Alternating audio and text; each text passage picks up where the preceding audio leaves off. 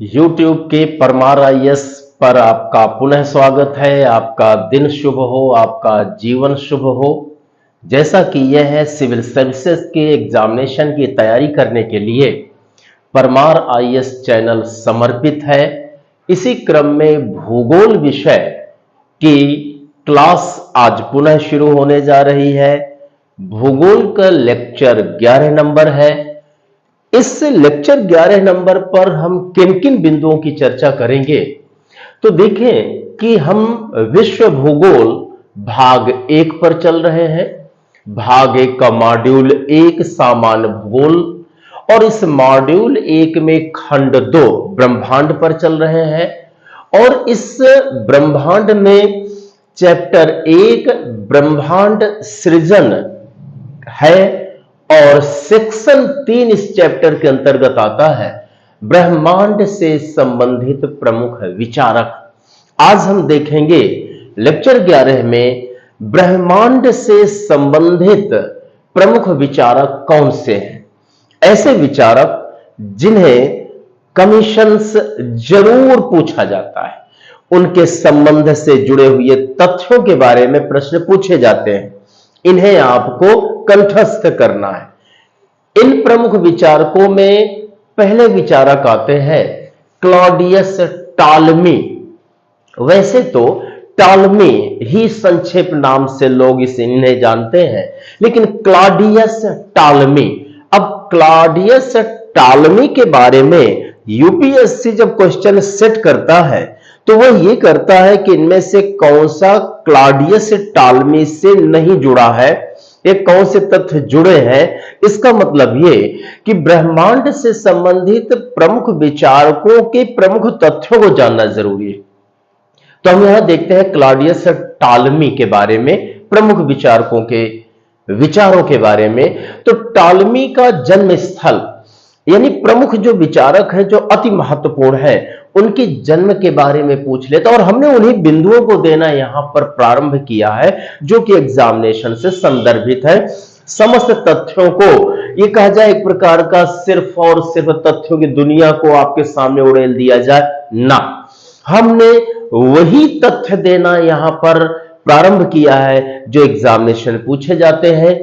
तो क्लॉडियस टालमी का जन्म स्थल कहां पर हुआ था, यह हमें जानना जरूरी है। तो हम मिस्र की बात करें, इजिप्ट इंग्लिश में इसका नाम है। तो मिस्र की बात करें, अफ्रीका महाद्वीप का देश है, नील नदी प्रवाहित होती है और मिस्र अत्यधिक चर्चित रहता है। कभी हम मिस्र के बारे में और भी डिटेल में चर्चा करेंगे। तो मिस्र देश का एक अलेक्जेंड्रिया एक क्षेत्र है, एक साम्राज्य वहां पर ये रहा है, रोमन साम्राज्य। तो मिस्र देश के अलेक्जेंड्रिया में क्लॉडियस टालमी का जन्म हुआ था, यह हमें याद रखना है। अब रही बात इनका जन्म समय कौन सा है, तो लगभग 100 ईस्वी में, यानी ईसा मसीह जब अवतरित होते हैं, जब अवतरण हुआ, इस धरा पर आते हैं प्रभु के रूप में, यीशु के रूप में, तो उनके 100 साल बाद क्लॉडियस टालमी जन्म लेते हैं। तो जन्म समय है इनका लगभग 100 ईस्वी में। अब इनकी मृत्यु का समय भी हमें याद करना है, लगभग 170 ईस्वी। इसका मतलब लगभग 70 साल तक ये जीवित रहे और इन्होंने अपने विचारों को इस धारा को देने का काम किया। अब रही बात इनके विषय ज्ञान के बारे में हमें समझना है कि क्लॉडियस टालमी को कौन कौन से क्षेत्रों का ज्ञान था, कौन कौन से विषयों का ज्ञान था, क्योंकि आपका ऑप्शन यह दिया करता है कि क्लॉडियस टालमी इनमें से किस विषय के ज्ञाता नहीं थे। तो 3 वो दे देगा जो जानकार थे और एक कोई दूसरा। तो यहां पर विषय ज्ञान में इनको खगोल विज्ञान का ज्ञान था, यानी एस्ट्रोनॉमी में था। एस्ट्रोनॉमी में खगोल विज्ञान का मतलब अंतरिक्ष से जुड़ी बातों का इन्हें ज्ञान था। अंतरिक्ष में ब्रह्मांड से संबंधित है, सौर ऊर्जा से संबंधित है, ग्रहों, उपग्रहों, आकाश गंगाओं, धूमकेतुओं आदि इस पूरे अंतरिक्ष के बारे में, खगोल के बारे में ये जानकारी रखते थे। दूसरा आ गया भूगोल, इनको भूगोल विषय का भी ज्ञान था। और अगर मैं कहूं भूगोल विषय के ज्ञान में, तो जो हमारी ये पृथ्वी है, यह ग्रह है, जो हमारी आकाश गंगा का ये पार्ट है, सूर्य की परिक्रमा करने वाली हमारी पृथ्वी है, तो इस पृथ्वी के ऊपर क्या है और अंदर भी क्या है। हालांकि भूगोल में अधिकांश इस धारा के ऊपरी भाग का अध्ययन करते हैं, लेकिन कुछ आंतरिक भाग का भी अध्ययन करते हैं। तो इस भूगोल में यानी धरा पर क्या है, इस पृथ्वी पर क्या है, इसका भी इन्हें ज्ञान था। तो भूगोल विषय, जियोग्राफी का भी उन्हें ज्ञान था।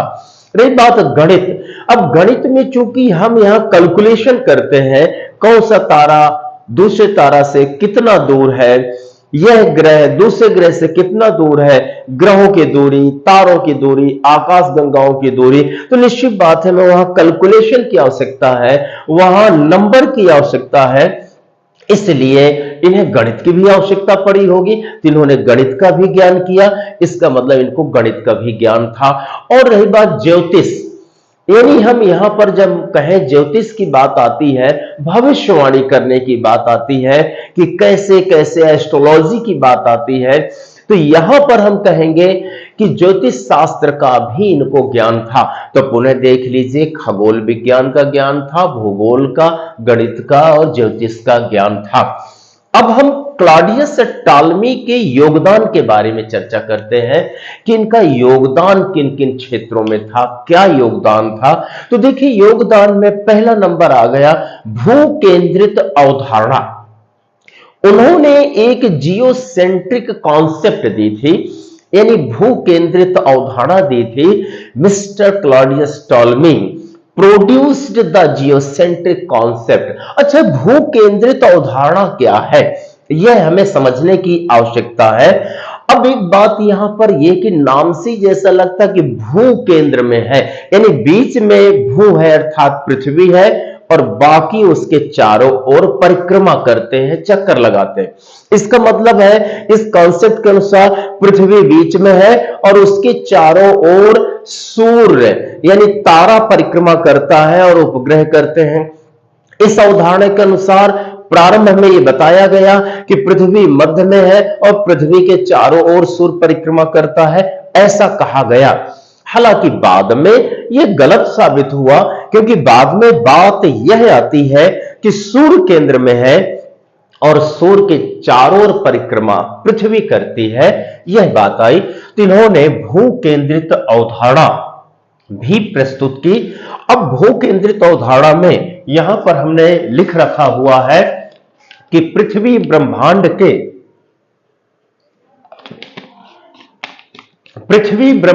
के केंद्र में है तथा सूर्य व अन्य ग्रह इसकी परिक्रमा करते हैं, इसकी परिक्रमा करते हैं। यहां से अब आपने समझा और वह ये जाना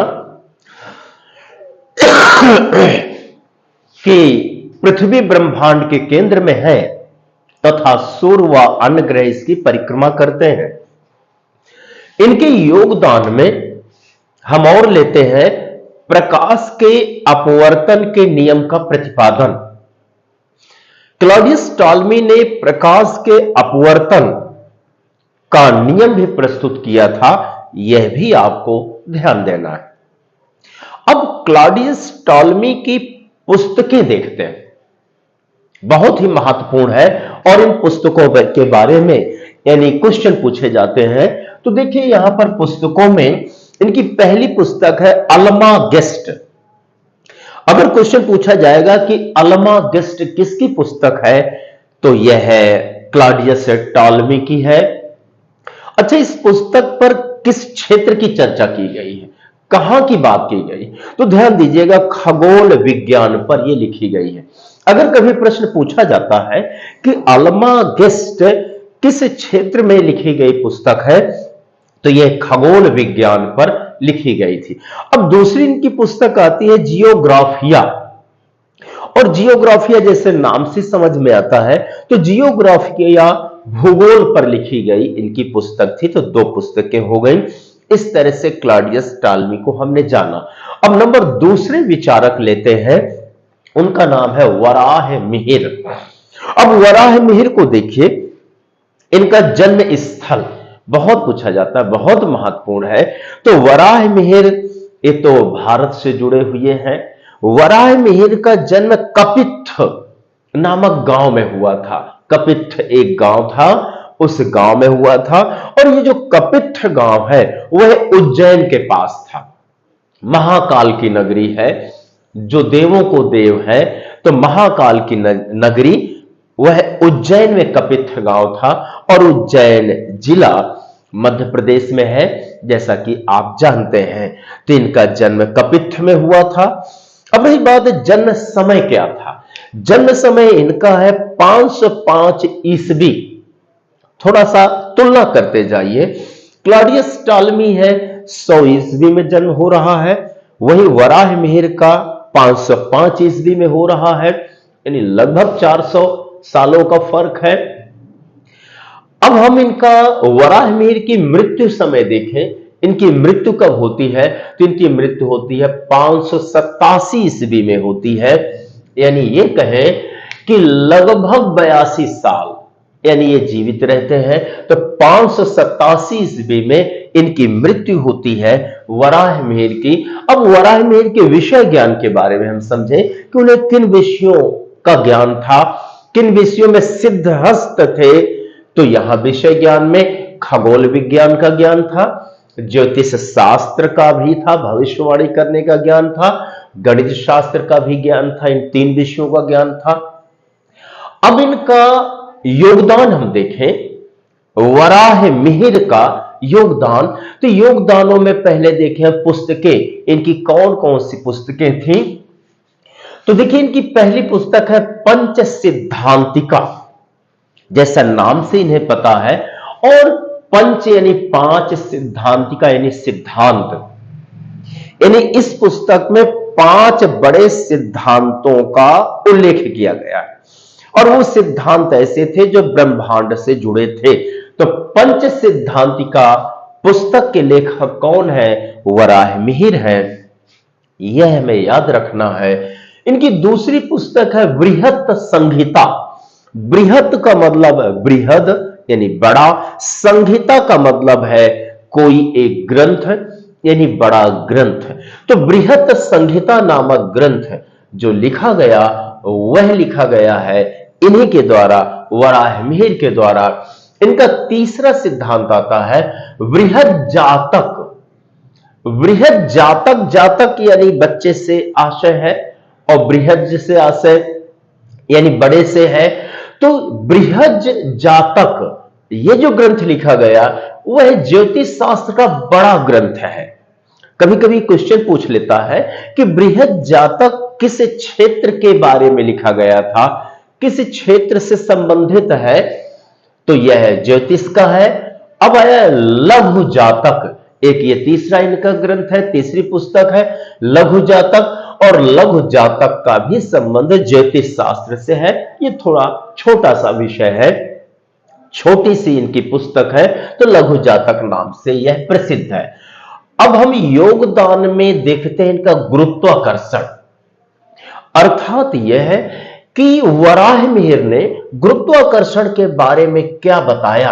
अच्छा, हमें तो इतना पता है कि पूरे ब्रह्मांड में एक तारा दूसरे तारा को अपनी ओर आकर्षित करता है, एक ग्रह दूसरे ग्रह को आकर्षित करता है, एक तारा दूसरे ग्रह को आकर्षित करता है, एक ग्रह दूसरे उपग्रह को आकर्षित करता है। यानी आकर्षण का नियम लागू है, लॉ ऑफ अट्रैक्शन लागू है। अगर पूरे ब्रह्मांड में ही लॉ ऑफ अट्रैक्शन है, सभी एक दूसरे को अपनी ओर खींच रहे हैं, तो हमारे धरा पर रहने वाले, हमारी पृथ्वी पर रहने वाले क्यों न एक दूसरे को आकर्षित करेंगे, और एक दूसरे को आकर्षित करेंगे और एक दूसरे को सेवाएं देंगे, एक दूसरों की आवश्यकता की पूर्ति भी करेंगे। यही प्रकृति का नियम है।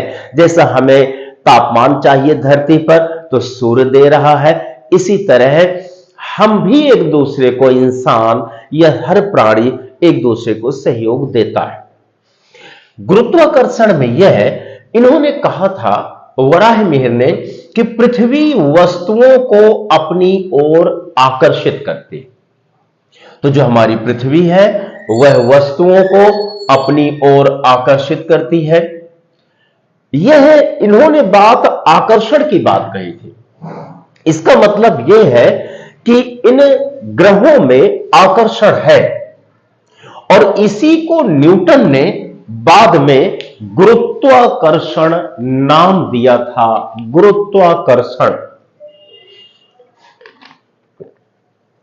इसका मतलब यह कि चर्चा तो आकर्षण की इन्होंने, वराहमिहिर ने पहले कर ली थी, और उसी आकर्षण को एक अवधारणा का नाम या सिद्धांत के रूप में नाम देने का कार्य बाद में न्यूटन द्वारा किया गया। अच्छा, वराहमिहिर के अनुसार चंद्रमा पृथ्वी की परिक्रमा करता है, और आज भी यही सही है। वराहमिहिर ने कब 505 ईस्वी में जन्म लेने के बाद इन्होंने इस बात को कही थी। तो वराहमिहिर के अनुसार चंद्रमा पृथ्वी की परिक्रमा करता है। आज सच है, ये उन्हीं की बात है। और पृथ्वी सूर्य की परिक्रमा करती है। हमारे यहां के, हिंदुस्तान के, भारतवर्ष के महान विचारक वराहमिहिर ने आज से लगभग 1500-1600 यानी 1500 साल से ऊपर पहले इन्होंने कह दिया था कि चंद्रमा पृथ्वी की परिक्रमा करता है और पृथ्वी सूर्य की परिक्रमा करती, और वही अभी वैज्ञानिक रूप से सत्य है। अब इनके अन्य योगदान देखें तो अन्य योगदान में विक्रमादित्य जो हमारे राजा थे, एक महाराजा थे, तो विक्रमादित्य के दरबार में 9 रत्न थे, और उन्हीं 9 रत्नों में एक रत्न था वराहमिहिर। तो स्मरण रखिएगा, वराहमिहिर 9 रत्नों में से एक रत्न थे। किस राजा के? विक्रमादित्य के। अब हम लेते हैं तीसरे नंबर के विचारक निकोलस कॉपरनिकस। निकोलस कॉपरनिकस के बारे में अब हमें पढ़ना है कि इन्होंने कौन कौन से क्षेत्रों में क्या योगदान किया। तो निकोलस कॉपरनिकस का जन्म यानी जन्म स्थल टोरुन, जिसे हम थॉर्न कहेंगे, तो टोरुन या थॉर्न शहर पोलैंड, यूरोप में पोलैंड देश है, और उसी पोलैंड देश के टोरुन शहर में निकोलस कॉपरनिकस का जन्म हुआ था। अब जन्म समय अगर हम देखें तो 19 फरवरी 1473 ईस्वी को, 19 फरवरी 1473 ईस्वी को इनका जन्म हुआ था। मृत्यु समय 24 मई 1543 ईस्वी, 24 मई 1543 ईस्वी। विषय ज्ञान इनको कौन कौन से विषय ज्ञान थे? खगोल विज्ञान का ज्ञान था, गणित शास्त्र का ज्ञान था, चिकित्सा शास्त्र का ज्ञान था, कैनन कानून का ज्ञान था। कभी कभी पूछ लेता है ये कैनन कानून क्या था? तो कैनन कानून का संबंध धर्म से था। वहां पर जो चर्च होते थे, तो चर्च में जो नियमबद्धता होती थी और नियमावली होती थी, उससे जुड़ा जो कानून होता था कैनन कानून कहलाता था। तो इन्हें कॉपरनिकस को कैनन कानून का ज्ञान था, और तभी बाद में कुछ धार्मिक इनके विचार भी आ गए थे कॉपरनिकस के पास में। तो ये धर्म क्षेत्र से जुड़ा कैनन कानून का ज्ञान था, और ज्योतिष शास्त्र का भी ज्ञान था। बहुत अच्छे एस्ट्रोलॉजर थे, ये मान सकते हैं। अब आया योगदान। तो योगदान में पुस्तकें लें। पुस्तकों में पहली पुस्तक है इनकी on the revolutions of the heavenly spheres, on the revolutions of the heavenly spheres. दूसरी इनकी पुस्तक है कमेंटेरियोलस, कमेंट, तो कमेंटेरियोलस ये जो पुस्तक है सूर्य केंद्रित अवधारणा इसमें दी गई है, यानी हेलियोसेंट्रिक कॉन्सेप्ट। हेलियोस यहां से सूर्य से है, सेंट्रिक का मतलब सेंटर पर है, और कॉन्सेप्ट यानी अवधारणा। क्वेश्चन पूछा जाता है कि कॉपरनिकस ने किस पुस्तक में सूर्य केंद्रित अवधारणा दी, हेलियोसेंट्रिक कॉन्सेप्ट दिया, और सूर्य केंद्रित का मतलब यहां पर है सूर्य बीच में है और सूर्य के चारों ओर पृथ्वी या अन्य ग्रह परिक्रमा करते हैं, चक्कर लगाते हैं। और इस अवधारणा में यही कि ब्रह्मांड के केंद्र में पृथ्वी नहीं अपितु तो सूर्य है। अच्छा, एक बात ध्यान दें, इनका जो ब्रह्मांड था, ये ब्रह्मांड केवल सौर परिवार को मानते थे। उन्हें लगता था कि सूर्य मध्य में है और सूर्य के चारों ओर परिक्रमा करने वाले यानी ग्रह हैं, और इनको यह ऐसा लगता था कि यह सूर्य और ये ग्रह बस यही ब्रह्मांड है। इसलिए इन्हें जो हम आज जिन्हें सौर परिवार कहते हैं, तो ये उसे ब्रह्मांड कहा करते थे। उनकी अवधारणा जो ब्रह्मांड है सौर परिवार तक थी। लेकिन आज हमने जान लिया है कि एक नहीं, अरबों खरबों सौर परिवार से एक आकाश गंगा बनती है, अरबों खरबों आकाश गंगाओं से ब्रह्मांड बनता है। इसलिए हम यहां पर यह कहेंगे, लेकिन भले ही इनकी अवधारणा सीमित थी ब्रह्मांड को लेकर, लेकिन एक यह बात इन्होंने कही कि सूर्य मध्य में है और परिक्रमा अन्य ग्रह कर रहे हैं। तो कॉपरनिकस की ब्रह्मांड संबंधी अवधारणा सौर परिवार तक ही सीमित थी। अगर मैं कहूं इनके अन्य कौन कौन सी बातें थी या अन्य इनके पास कौन सा क्षेत्र का ज्ञान था, तो आधुनिक खगोल शास्त्र का जनक भी इन्हें कहा जाता है। आधुनिक खगोल शास्त्र का जनक। तो यदि क्वेश्चन पूछा जाएगा कि आधुनिक खगोल शास्त्र का जनक किसे कहा जाता है, तो वह निकोलस कॉपरनिकस को। तो आज की क्लास में हमने 3 विचारकों को लिया, अगली क्लास में अन्य विचारक लेते हैं। आज की क्लास समाप्त करते हैं। धन्यवाद।